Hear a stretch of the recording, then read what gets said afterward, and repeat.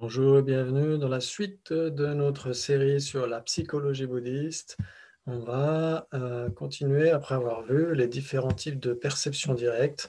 On a vu les perceptions directes sensorielles, perceptions directes mentales, autocognitives et yogiques.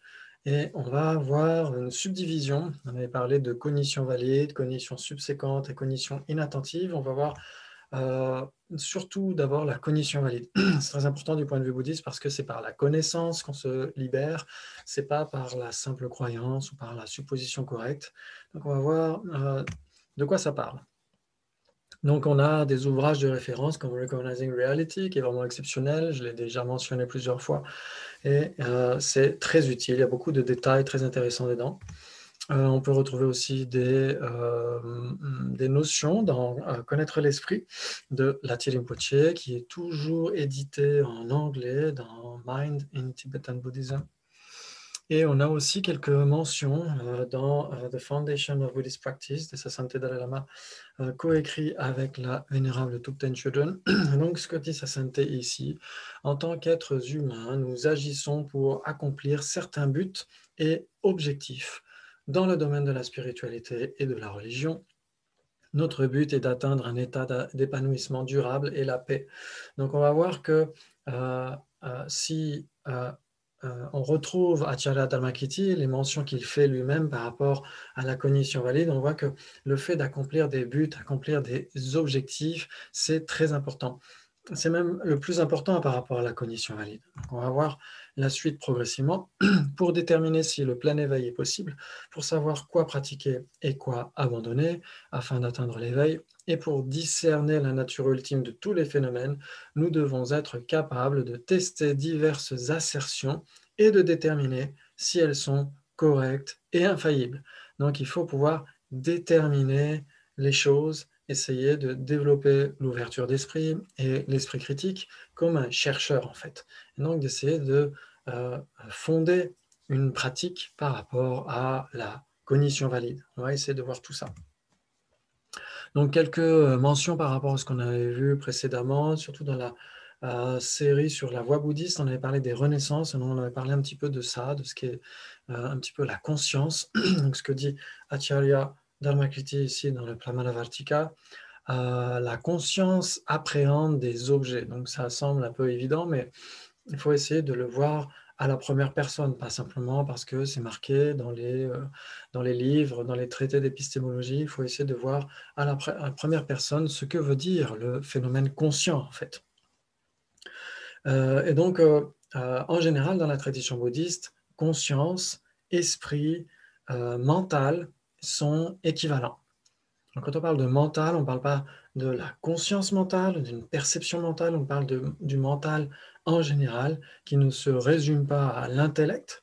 L'intellect fait partie de la conscience mentale, il prend sa source dans la conscience mentale, mais quand on parle du mental en général, c'est équivalent à la conscience. Donc il y a plusieurs mots en sanskrit en tibétain, samviti, samvedana, buddhi, jnana, etc. Il y a plusieurs termes, manas aussi en sanskrit pour le mental, et en tibétain, bien sûr, il y a des équivalents. Donc, il est très important de voir ce que veut dire la conscience. On va essayer de voir la définition donnée par Yondzin Purbuchok. Il dit Sel Shin Ripa, Shebet Senye, la définition de la conscience est ce qui est clair et cognitif. Donc, vous pouvez voir des débats par rapport à ce que énonce Lati Rinpoche dans Connaître l'esprit, c'est très important. Il y a des choses nécessaires à comprendre par rapport à ce que veut dire clair, ce que veut dire cognitif. Donc, en général, c'est la définition donnée de la conscience. Et donc là, il y a un aspect spécifique de la conscience, puisque toute conscience n'est pas nécessairement pramana ou une cognition valide. Il y a des cognitions fausses, par exemple. Il y a des suppositions correctes qui ne réalisent pas leurs objets, etc. Donc, bien sûr, on verra toutes ces nuances par la suite. Mais là, ce que dit encore Acharya Dharmakirti, Pramana est une conscience infaillible. Ce qui demeure efficient est infaillible. Donc en fait, c'est là où on retrouve ce que disait Sassante tout à l'heure, le fait que les êtres humains cherchent à accomplir des buts, des objectifs. Et Pramana, justement, la cognition valide, c'est ce qui nous permet d'accomplir nos objectifs. Surtout dans la spiritualité, du point de vue religieux, de la voie bouddhiste, etc., savoir quelles sont les attitudes nécessaires pour obtenir tels effets nécessaires, etc. Donc il faut pouvoir déterminer tout ça correctement, d'où l'importance de pramana. Et donc c'est le terme sanskrit pour ce qu'on traduit ici comme étant cognition valide. Il peut y avoir parfois différentes traductions. Parfois, on parle de connaissance valide, mais Guichet-Dreyfus, dans Recognizing Reality, émet des réserves par rapport à ça. Et en effet, quand on parle de la connaissance, c'est une forme d'information. Une information qu'on a dans la mémoire, la connaissance. On connaît l'alphabet, on connaît une histoire, etc. Alors que pramana, la cognition valide, c'est un événement mental. Ce n'est pas nécessairement quelque chose de mémoriel. Donc c'est pourquoi il vaut mieux parler de cognition.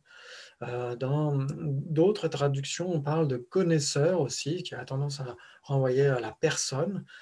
Mais normalement, bien sûr, les personnes sont aussi des possesseurs d'objets, mais c'est surtout du phénomène conscient dont il s'agit ici. Et aussi dans la tradition hindoue, dans certaines traditions hindoues, on parle des moyens de connaissance valide, dans le sens où ce sont des moyens pour un soi, une personne permanente, unitaire et autonome, d'avoir accès à la réalité. Et en fait, du point de vue bouddhiste, la personne et sa cognition, en fait, sont une même entité. Donc, il n'y a pas nécessairement besoin de dire des moyens de connaissance valide ou des moyens de cognition valide. On peut tout simplement parler de la cognition valide elle-même. Et donc, en tibétain, on dit tsema.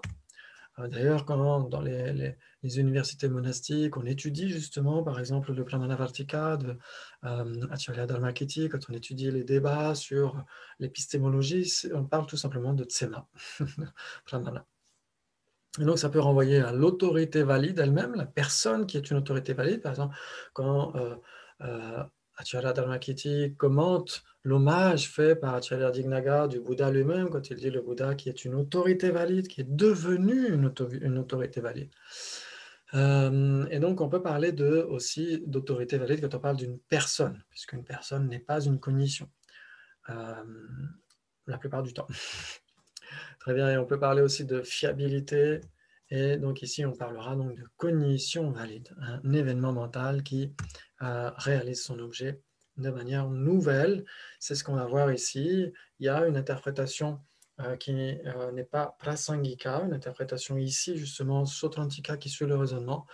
C'est surtout du point de vue de cette école-là qu'on parle quand on parle de la psychologie bouddhiste, de la philosophie bouddhiste dans la playlist numéro 1.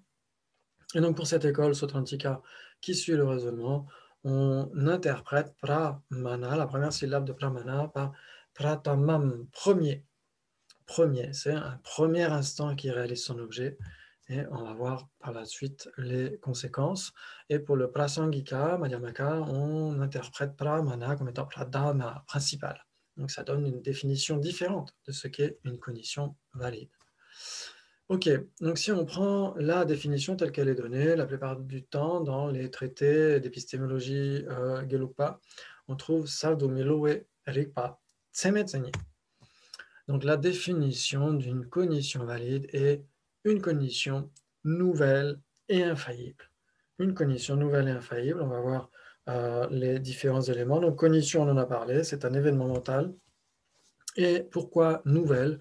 Comme on l'a dit, c'est parce qu'on interprète pramana comme étant pratamam, premier. Et donc, on va voir que, par exemple, vous avez un faisceau lumineux qui est perçu visuellement. Vous avez le premier moment de cette conscience visuelle qui réalise son objet. C'est ce premier moment ici, qui est suivi par un deuxième moment, puis un troisième moment, etc. Donc, en fait, parmi ces trois moments, c'est le premier qui est valide. C'est pourquoi on dit qu'il réalise nouvellement son objet. Et donc, ceux qui suivent ne sont pas valides, sont considérés comme des moments subséquents. Et donc, la cognition subséquente, on verra la définition dans le prochain épisode, mais là, déjà, on peut voir que c'est une cognition qui réalise ce qui a déjà été réalisé, et donc elle elle n'est pas une cognition valide. La cognition valide, c'est celle qui est au premier moment. Mais on pourrait débattre, on pourrait se dire, d'accord, ces deux moments subséquents, il y a bien un premier moment subséquent. Et donc ce premier moment, il est premier. Donc pourquoi est-ce qu'il ne serait pas une cognition valide lui-même? Donc on va voir ce que ça veut dire quand on parle de premier moment, c'est quand même spécifique. Donc on trouve des réponses grâce à Kedubje en particulier, l'un des disciples principaux de la Matsunkaba, qui donne une définition que j'apprécie particulièrement. Il dit Tsemetseni Ranwandu Rangi Yonchewe Shejala Loa Mepesheba. Et donc il donne cette définition d'une cognition valide. C'est une conscience qui est infaillible quant à l'objet de compréhension qu'elle a déterminé par son propre pouvoir. On peut dire parfaitement déterminé à cause de Yong Chewa. Yong, dans ce cas-là, peut donner la notion de parfaitement. Mais on pourrait s'en passer, c'est pourquoi je l'ai mis entre crochets ici. Donc, ici, cette définition, elle est importante parce qu'il y a les deux derniers éléments ici. Elle a déterminé par son propre pouvoir. Par son propre pouvoir, c'est ce que veut dire, en fait, réaliser nouvellement.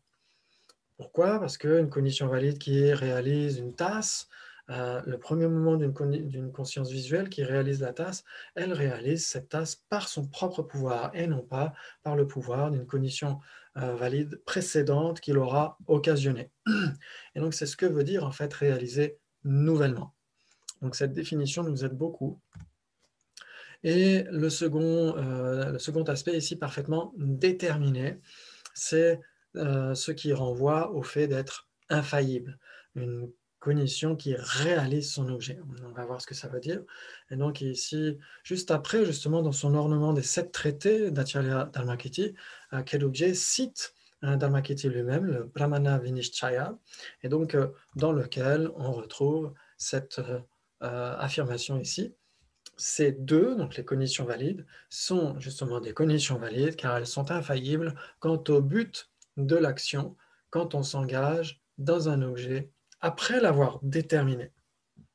Donc ici, on voit quelque chose de très pragmatique par rapport à la cognition valide, comme on le disait avec sa sainteté tout à l'heure, par rapport au fait de pouvoir accomplir ses objectifs. Donc en fait, la cognition valide, c'est quelque chose qui doit être assez pragmatique. Comment est-ce qu'on doit pouvoir se servir du thé avec une tasse et non pas avec un téléphone, par exemple?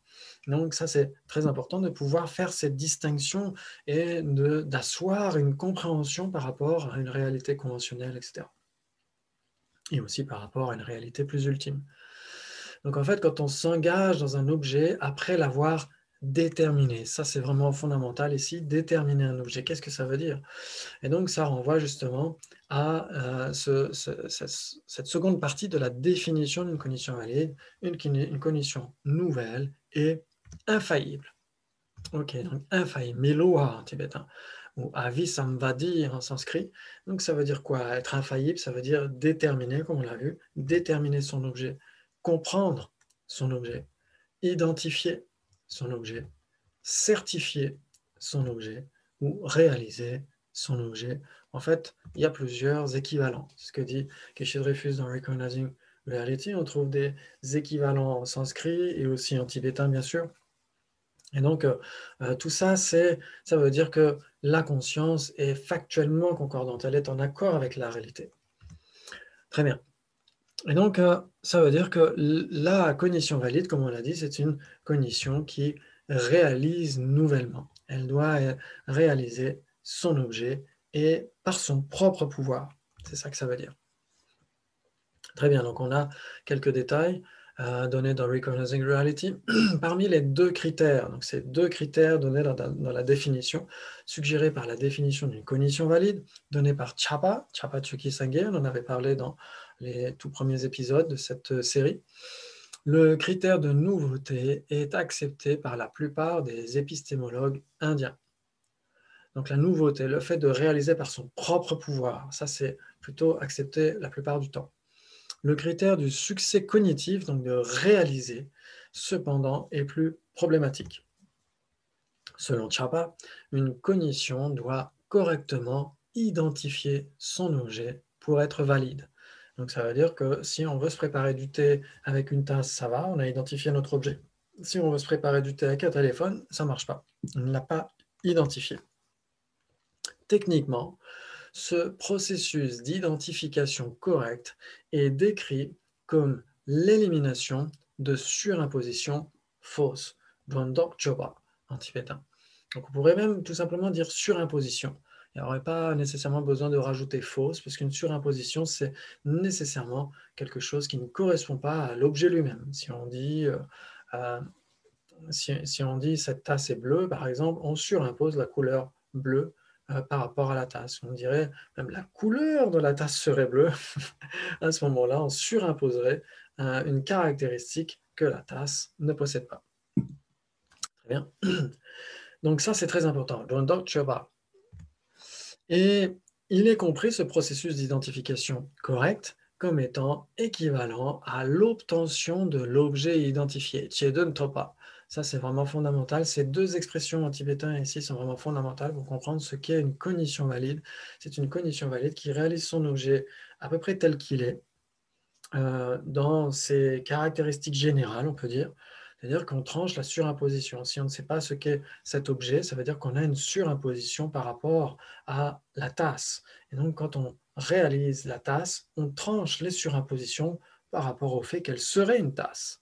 Et donc, on a aussi l'obtention de l'objet identifié, Chedun Topa. C'est-à-dire que notre esprit atteint son objet identifié. Il certifie son objet et il est en accord avec son objet. C'est ce que veut dire avoir une cognition valide. Très bien, donc un petit flashback par rapport à ce qu'on avait vu dans un épisode précédent. On avait mentionné brièvement les 7 types de cognition qui sont mentionnés dans les traités d'épistémologie Gelugpa. Donc on a le doute, la cognition fausse, cognition inattentive, cognition subséquente, perception et cognition inférentielle et supposition correcte. Très bien. Ok, donc on avait vu qu'il y avait une distinction ici, la perception et la cognition inférentielle peuvent être valides. Donc pourquoi peuvent? Parce que en fait, la perception, si on la prend toute seule comme ça, la perception directe, elle n'est pas nécessairement valide. Comme on l'a vu, il y a 3 subdivisions quand on parle de la perception en général. Si on met de côté la perception yogique, si on a les perceptions sensorielles, les perceptions mentales et les perceptions autocognitives, elles peuvent être valides, mais elles ne le sont pas nécessairement. Elles peuvent aussi être des cognitions subséquentes et elles peuvent être des perceptions, des cognitions inattentives. Donc c'est pourquoi ici, ces 2 perceptions et cognitions inférentielles peuvent être valides. On verra par la suite dans un épisode prochain qu'une cognition inférentielle pour Pushbuchok est nécessairement valide, mais dans d'autres traités, ce n'est pas nécessairement le cas. Elle peut être une cognition subséquente. Mais quoi qu'il en soit, ces 3-là, la cognition subséquente, la perception et la cognition inférentielle, réalisent leurs objets en général. Elles peuvent réaliser leurs objets. Donc pourquoi? Parce qu'une cognition subséquente, comme on l'a dit tout à l'heure, c'est une cognition qui réalise ce qui a déjà été réalisé. Une perception peut réaliser son objet si c'est une perception valide, une perception directe valide. Une cognition inférentielle réalise nécessairement son objet. Donc ça, bien sûr, on verra des détails par la suite, mais là, simplement pour résumer un petit peu, on a ici la perception directe qui vient juste d'être mentionnée, la cognition subséquente et la cognition inférentielle. On verra aussi la définition, les différents types de détails par rapport à la cognition inférentielle, on verra prochainement. Et donc parmi ces 3-là, quand on parle des consciences qui réalisent, c'est-à-dire que ces 3 peuvent réaliser leurs objets. Comme on a dit, une perception directe ne réalise pas nécessairement son objet si elle est inattentive, par exemple, mais la cognition subséquente et la cognition inférentielle réalisent nécessairement leurs objets. Et si on fait la mention par rapport aux cognitions valides, à ce moment-là, pour les Sautrantika, la cognition subséquente n'est nécessairement pas valide, comme on l'a dit, parce qu'elle ne réalise pas son objet par son propre pouvoir. Donc c'est ce qu'on a dit tout à l'heure. On verra que pour les Prasangika, une cognition subséquente est une cognition valide, et même une cognition valide directe. Très bien. Un autre flashback par rapport à ce qu'on avait vu dans une autre playlist. On avait vu que Acharya Dharmakirti mentionnait pourquoi il y avait deux types de cognition valide, Sheljani, Semani, Dunjenu dans Minuchir, puisqu'il y a deux types d'objets de compréhension, il y a deux types de cognition valide. Et donc, pour lui, ces deux types d'objets de compréhension, c'est surtout les permanents et les impermanents. C'est ce qu'il dit en dessous. Et ce, parce que certains objets de compréhension sont capables d'opérer une fonction, donc les impermanents, et les autres, les permanents, ne le peuvent pas. Donc, comme on a deux types de phénomènes, les impermanents et les permanents, on a nécessairement deux types de cognition valide, une cognition valide directe et une cognition valide inférentielle, qui doit nécessairement être conceptuelle. C'est-à-dire que les impermanents sont les objets apparents des perceptions directes, les objets permanents sont les objets apparents des consciences conceptuelles, et donc perception directe qui peut être valide, conscience conceptuelle qui peut être valide, si c'est une cognition inférentielle. On a nos deux objets, et donc nos deux possesseurs d'objets, qui peuvent être des cognitions valides. Très bien. Donc, c'est ce qu'on trouve ici, les cognitions valides pour Acharya Dharmakirti. Elles sont uniquement au nombre de deux. Ça peut être une perception directe ou ça peut être une cognition inférentielle. Pourquoi? Comme on l'a dit, parce que les impermanents sont les objets apparents des perceptions directes et les permanents sont les objets apparents des consciences conceptuelles, telles que les cognitions inférentielles. Très bien. Et dans le Prasanapada, le commentaire au Madhyamaka Shastra d'Arya Nagarjuna, on trouve la mention de 4 types de cognitions valides données par Acharya Chandrakirti. Et donc, on retrouve bien sûr des mentions dans The Foundation of Buddhist Practice. Donc, on a une cognition valide directe, cognition valide inférentielle. Donc, celle-là, c'est les deux premières, celles qu'on a acceptées chez Acharya Dharmakirti. Ensuite, on a la cognition valide basée sur un exemple et la cognition valide basée sur le témoignage faisant autorité. Donc, c'est des choses qu'on retrouve chez Acharya Chandrakirti, et donc qui est prasangika, qui est considéré comme étant prasangika, donc détenteur de la vue ultime. Et donc, on a ces différents types de cognitions valides. On pourrait, d'un certain point de vue, rassembler les 3 dernières en une. En fait, on pourrait dire que la cognition valide basée sur un exemple pourrait renvoyer à un type particulier de cognition valide inférentielle.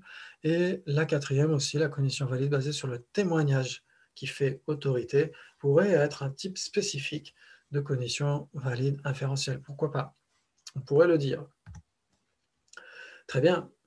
Donc, pour résumer, ici, on a les cognitions valides du point de vue de Acharya Dharmakirti et la perception directe elle-même. On peut la subdiviser, comme on l'a dit précédemment. Il y a des perceptions directes qui peuvent être des cognitions valides, d'autres qui peuvent être des cognitions subséquentes et d'autres encore qui peuvent être des cognitions inattentives. Donc, on y reviendra.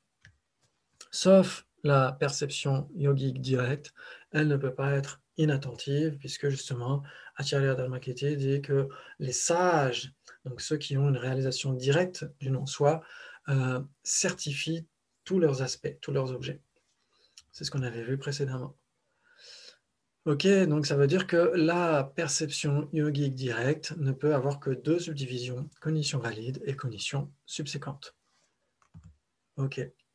Mais en général, si on parle de la perception directe en général, elle peut être divisée en 3. Ok. Et donc, cognition subséquente et cognition inattentive, on les verra prochainement. C'est intéressant de faire des comparatifs parce que, justement, comme on l'a dit, pour Acharya Dharmakirti et pour donc ceux qui interprètent Acharya Dharmakirti, du point de vue du Sutrantika qui suit le raisonnement, une perception directe peut être une cognition subséquente, mais une cognition subséquente n'est pas non plus nécessairement une perception directe. On peut avoir des cognitions subséquentes qui sont conceptuelles. Et donc, si c'est une cognition subséquente, c'est nécessairement pas une cognition valide. Si c'est une cognition valide, c'est nécessairement pas une cognition subséquente, alors que pour le prasangika, c'est différent, comme on l'a dit, mais on verra plus de détails par la suite. Merci beaucoup et à très bientôt justement pour la suite.